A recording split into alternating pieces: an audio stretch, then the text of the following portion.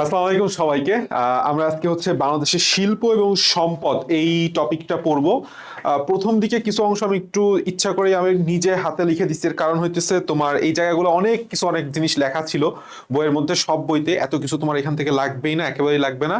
আমরা প্রায় বাংলাদেশ বিষয়াবলীর শেষ, অল্প দু একটা ক্লাস বাকি আছে, আর প্রায় হলেই আমাদের বাংলাদেশ বিষয়াবলীটা শেষ, এরপরে আমরা ইতিহাসের মধ্যে ঢুকবো ইনশাআল্লাহ। তো জিকেও মোটামুটি 50% শেষ হয়ে যাচ্ছে। আচ্ছা আসো বাংলাদেশের প্রথমে শিল্পে আসি, তারপর সম্পদে যাব। আমরা সবাই জানি এই প্রশ্নটা খুবই খুবই খুবই গুরুত্বপূর্ণ এবং একটা ট্রেন্ডিং প্রশ্ন। বাংলাদেশের সবচেয়ে বড় শিল্প বা বর্তমানে সবচেয়ে বড় শিল্প খাত কোনটা? পোশাক শিল্প বা রেডিমেড গার্মেন্টস। আর এম ডি লিখছে, আর এম জি হবে, ঠিক আছে, ঠিক করে নাও, আর এম জি, রেডিমেড গার্মেন্টস। আচ্ছা, বাংলাদেশের ক্ষুদ্র এবং বাংলাদেশ ক্ষুদ্র মানে বাংলাদেশ স্মল কুটির শিল্প কর্পোরেশন, তাহলে বুঝতেই পারতেছো উত্তর হচ্ছে বিসিক, যেটাকে বাংলায় বলা হয় হচ্ছে বিসিক। দেখবো অনেক জেলায় ছোট ছোট মেলা হয়, ঠিক আছে, নারী উদ্যোক্তাদের নিয়ে, বিসিক। তাহলে এই দুইটা প্রশ্নই খুবই খুবই ইম্পর্টেন্ট প্রশ্ন। এখন আসো এখানে দুইটা সংগঠন কথা বলা হয়েছে, একটা হচ্ছে অ্যাকর্ড আর একটা হচ্ছে অ্যালায়েন্স আর একটা অ্যাকর্ড। অ্যালায়েন্স যেটা, সেটা হচ্ছে ইউএসএ ভিত্তিক বিশ্বসেরা গার্মেন্টস ব্র্যান্ডগুলো একটা সংগঠন, যেটা 2018 সাল পর্যন্ত বাংলাদেশে ছিল এবং অ্যালায়েন্স পরবর্তীতে চলে যায়, যার কারণে এই যে গার্মেন্টস সেক্টরটা বাংলাদেশে বললাম 2018 সাল থেকে ধসে পড়া শুরু করে। কারণ যেই ফ্যাসিলিটিস গুলো বাংলাদেশের গার্মেন্টস গুলো পাইতেছিল, তখন অ্যালায়েন্স চলে যাওয়ার কারণে এটা বন্ধ হতে থাকে। তাহলে তোমাকে প্রশ্ন করবে এইভাবে যে যুক্তরাষ্ট্র ভিত্তিক বিশ্বসেরা গার্মেন্টস ব্র্যান্ডগুলোর সংগঠন নিচের কোনটি? উত্তর হচ্ছে অ্যালায়েন্স। আর যদি বলে ইউ ভিত্তিক, তখন হবে অ্যাকর্ড। তাহলে তোমাকে জাস্ট এটাই মনে রাখতে হবে যে অ্যাকর্ড আর অ্যালায়েন্স, অ্যালায়েন্স যুক্তরাষ্ট্র ভিত্তিক, অ্যাকর্ড হচ্ছে ইউ ভিত্তিক, ইউরোপিয়ান ইউনিয়ন ভিত্তিক। আচ্ছা, বাংলাদেশের রেডিমেড গার্মেন্টসদের মালিকদের একটা সংগঠন আছে, তোমরা সবাই জানো, সেটা হচ্ছে বিজিএমইএ। খেয়াল করো, বিজিএমইএ, এই কথাটা মাথায় রাখতে হবে। এবং বাংলাদেশের রেডিমেড গার্মেন্টসে সবচেয়ে বড় যেই ট্রাজেডিটা ছিল, সেটা বললাম হচ্ছে আমাদের রানা প্লাজা ট্রাজেডি। রানা প্লাজা ট্রাজেডি, আশা করি মনে আছে। বাংলাদেশের সবচেয়ে বড় চিনি কল আমরা জানি কেরু অ্যান্ড কোং লিমিটেড, শুধু তাই না, দেশীয় সবচেয়ে মানে মদ বিক্রি যে কোম্পানিগুলো সবচেয়ে বেশি মদ বিক্রি করে, তার মধ্যে সবচেয়ে টপে আছে হচ্ছে কেরু অ্যান্ড কং লিমিটেড। তুমি একটা জিনিস চিন্তা করো, মানে চিনি বানাইতেছে, সেটা একটা বাই প্রোডাক্ট হিসেবে হচ্ছে মদ তৈরি হয়, সেটাই সে সেল করে কোটি কোটি টাকা কামাচ্ছে। জোস। বাংলাদেশের জাহাজ নির্মাণ এবং মেরামত কারখানার অবস্থান very very very much important, সেটা হচ্ছে এইটার চাইতে নিচের লাইনটা ইম্পর্টেন্ট, সেটা হচ্ছে সর্ববৃহৎ জাহাজ নির্মাণ এবং মেরামত কারখানা। উত্তর হচ্ছে Khulna shipyard limited. Khulna shipyard limited কোথায় অবস্থিত? খুলনায়। প্রথম রপ্তানিকৃত জাহাজ, খুবই গুরুত্বপূর্ণ প্রশ্ন, এটা বিসিএস এর প্রশ্ন এসে গেছে, আমরা সবাই পড়ছি ফার্স্ট টাইমে। Stella Mary's. স্টেলা কি? মেরিস।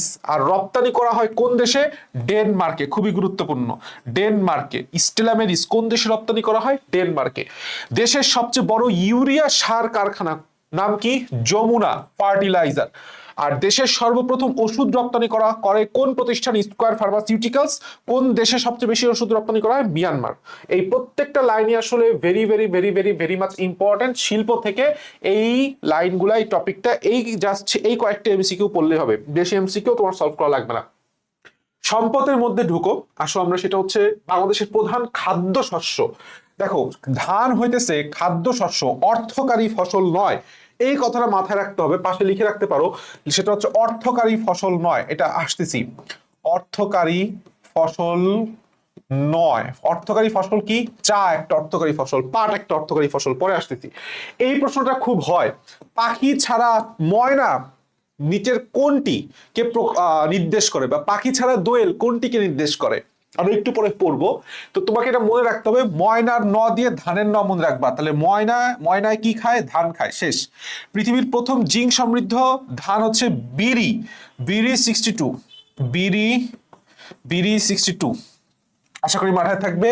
পাট উৎপাদনে বাংলাদেশের অবস্থান বিশ্বে দ্বিতীয়, very very very much important. শীর্ষ জেলা হইতেছে আমাদের ফরিদপুর। আচ্ছা, উন্নত জাতের আঁশ পাওয়া যায় তোষা পাট থেকে। আর এই কথাটা বললাম খুবই গুরুত্বপূর্ণ, পাটের জিন রহস্য উদ্ভাবন করে কে? ডক্টর মাকসুদুল আলম। এটা আমরা বায়োলজিতেও পড়ছি। পাট থেকে পচনশীল পলিমার উৎপাদন, এটা বললাম মেডিকেল বা ডেন্টালে একবার আইসে গেছে, খেয়াল করো খেয়াল করো। দেখো, যদি বলা হয় পাটের জিন রহস্য উন্মোচন, তখন আমরা কি দেখাবো?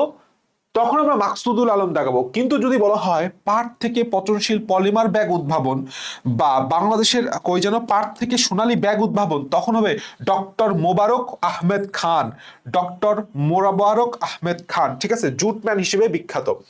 এই দুইটা জিনিসের মধ্যে গুলান যাবে না। চা, চা নিয়ে আসলে সেরকম কোনো কথা নাই। সর্বাধিক চা উৎপন্ন জেলা কোথায় হয় বলো? সর্বাধিক সর্বাধিক চা উৎপন্ন হয় হচ্ছে মৌলভীবাজার, সিলেটে।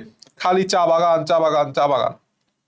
মৌলভীবাজার বলতেছি, শ্রীমঙ্গল, শ্রীমঙ্গল, শ্রীমঙ্গল মৌলভীবাজার পাশেই পাশেই বলা যায়।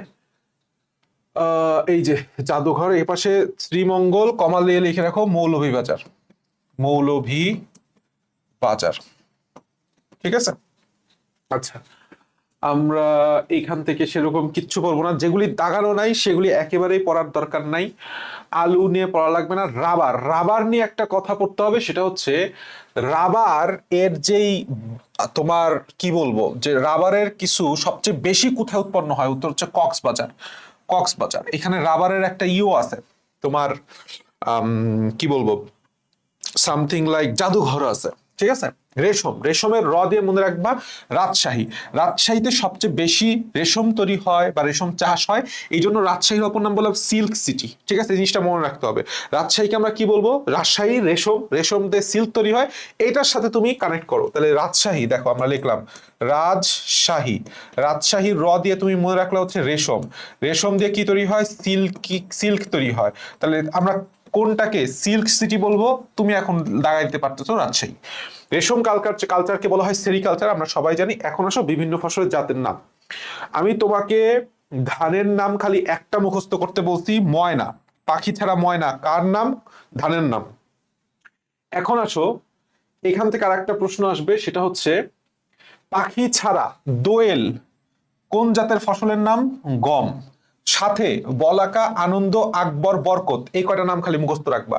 তামাক, সুমাত্রা এবং ম্যানিলা তামাকের জাতের নাম। আর লাস্ট একটা কথা আছে, এটা বিশেষ এসে গেছে, অগ্নিশ্বর কোন জাত? কলার জাত। অগ্নিশ্বর কিসের, কি ফসল? কলার, কলার, কলার জাত একটা। আচ্ছা, বাংলাদেশের বিভিন্ন কৃষিভিত্তিক গবেষণা প্রতিষ্ঠান কোনটার অবস্থান কোথায়, জাস্ট মাথা রাখবা। দেখো, বাংলাদেশ ধান গবেষণা ইনস্টিটিউট, বাংলাদেশ কৃষি গবেষণা ইনস্টিটিউট বাড়ি, অর্থাৎ বিড়ি এবং বাড়ি দুইটাই হচ্ছে গাজীপুরে অবস্থিত, খুবই ইজি। আর নদী গবেষণা ইনস্টিটিউট ঠিক আমার বাসার পাশেই, ফরিদপুর। মৃত্তিকা গবেষণা ইনস্টিটিউট ঢাকায় অবস্থিত, নিচে মশলা গবেষণা ইনস্টিটিউট বগুড়া, রেশম গবেষণা রেশম রত রাজশাহী, পাট গবেষণা ইনস্টিটিউট শেরেবাংলা ঢাকা। আর কিছু এখান থেকে লাগবে না। আবার চলে আসবো হচ্ছে, এইখানে একটা প্রশ্ন আসছিল, এটা তোমার হচ্ছে ম্যাটেও আসছিল অনেক আগে, আবার পরবর্তীতে হচ্ছে বিসিএস এও আসছে, যে জুম চাষ কোথায় করা হয়? পার্বত্য চট্টগ্রামে। এটা আসলে কি? এক ধরনের চাষাবাদ পদ্ধতি। আচ্ছা, এই যে কথাটা খেয়াল করো, এই লাইনটা খুবই গুরুত্বপূর্ণ। বাংলাদেশের প্রথম এবং দ্বিতীয় অর্থকারী ফসল যথাক্রমে পাট এবং চা, এই প্রশ্নটাই আসে। সেটা হচ্ছে নিচের কোনটি বাংলাদেশের প্রথম অর্থকারী ফসল অথবা দ্বিতীয় অর্থকারী ফসল? আমরা না জানার কারণে ধান দাগাই দিই। আসলে উত্তর হচ্ছে পাট, প্রথমটা পাট, দ্বিতীয়টা হচ্ছে চা। এখান থেকে আর একটা গুরুত্বপূর্ণ কথা আছে, সেটা হচ্ছে এই যে এই লাইনটা খুবই খুবই খুবই গুরুত্বপূর্ণ, যে কই কই কই, এই যে দেশের প্রধান বীজ উৎপাদনকারী সরকারি প্রতিষ্ঠান কোনটি? BADC, BADC, very very very much important. আমাদের আর কিছু এখান থেকে লাগবে না, তোমরা জাস্ট প্রশ্নগুলো সলভ করে ফেলবে। আমি প্রশ্ন যেগুলি সলভ করতে হবে তোমাদেরকে আমি দাগাই দিছি, ঠিক আছে। এর বাইরে তুমি বেশি সলভ করতে জানো না, এগুলি মেডিকেলের স্ট্যান্ডার্ড না। যেগুলি মেডিকেল স্ট্যান্ডার্ড প্রশ্ন, দেখো এই প্রশ্নটা এসে গেছে, এটা প্রশ্নটা এসে গেছে। নিচের কোনটি বাংলাদেশ অর্থকারী ফসল না? উত্তর হচ্ছে ধান, ঠিক আছে। আমি যেগুলি দাগাই দিছি এর বাইরে তোমার সলভ করার একেবারেই দরকার নাই। যেগুলি মেডিকেল স্ট্যান্ডার্ড শুধুমাত্র আমি সেগুলি দাগাই দিছি। বাংলাদেশে একমাত্র সোয়াম্প ফরেস্ট আছে কোথায়? রাতারগুল জলাবন, রাতারগুল জলাবন, সিলেট। রাতারগুল, সিলেট।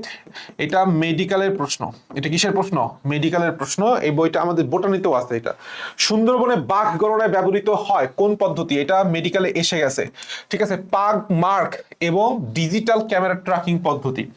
বলাদা গার্ডেন প্রতিষ্ঠিত লাগবে না। সূর্যকন্যা বলা হয় কোনটাকে? তুলাকে। এই জিনিসটা খুবই গুরুত্বপূর্ণ, কোনটিকে সূর্যকন্যা বলা হয়? তুলা নাকি সূর্যমুখী, ঠিক আছে। দুইটার মধ্যে আমরা কনফিউশন ঘটে যায়। উত্তর হচ্ছে তুলা, উত্তর হচ্ছে তুলা। আচ্ছা, এখান থেকে প্রত্যেকটা প্রশ্ন আমি দাগাই দিছি, যেগুলি সলভ করতে হবে তুমি অবশ্যই অবশ্যই সলভ করে দেবো। এইখানে একটা কথা দেখো, লেখছে কি, খেয়াল করো। বাংলাদেশে একমাত্র কৃত্রিম, নট প্রাকৃতিক, কৃত্রিম ম্যানগ্রোভ বন কোথায় অবস্থিত? কক্সবাজার। সুন্দরবন আবার দাগাই দিও না, খবরদার।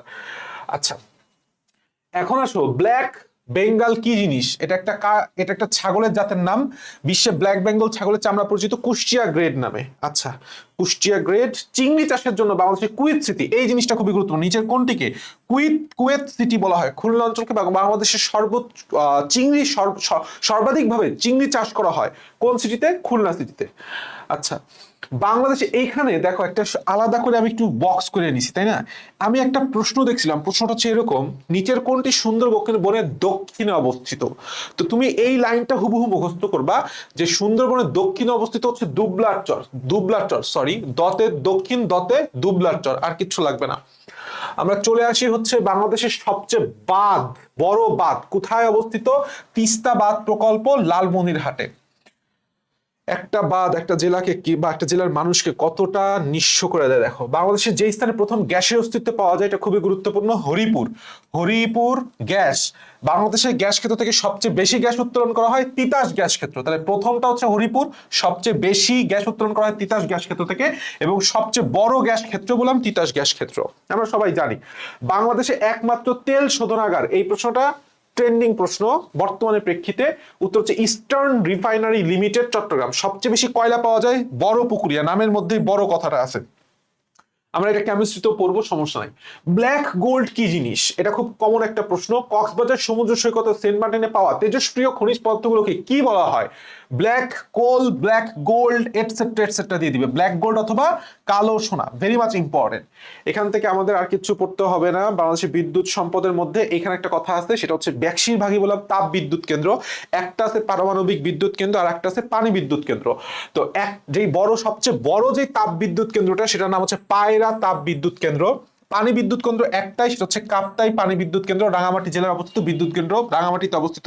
আণবিক বিদ্যুৎ কেন্দ্র রূপপুর পারমাণবিক বিদ্যুৎ কেন্দ্র। এই তিনটা নাম খালি তোমাকে মুখস্থ রাখতে হবে, এখান থেকে আমাদের আর কিচ্ছু নাই। আমি যেখানে অল লিখে দিছি সেটা মানে হচ্ছে সেখানকার সকল প্রশ্ন। এখানে অল লিখে দিছি, তার মানে পিডিএফ এ যাবতীয় যত প্রশ্ন আছে সবগুলো প্রশ্ন তুমি সলভ করবা। তাহলে আমি তোমাকে যেই পয়েন্টগুলো দাগাই দিলাম, যে কথাগুলো বললাম, ক্লাসের পরে পিডিএফ প্রিন্ট করে হোক বা তোমার বই থেকে হোক, শুধু এই লাইনগুলো পড়বা, সাথে এই যে কোশ্চেনগুলো সলভ করতে বলছি এর বাইরে আর কোনো কোশ্চেন সলভ করার দরকার নেই। Best of luck.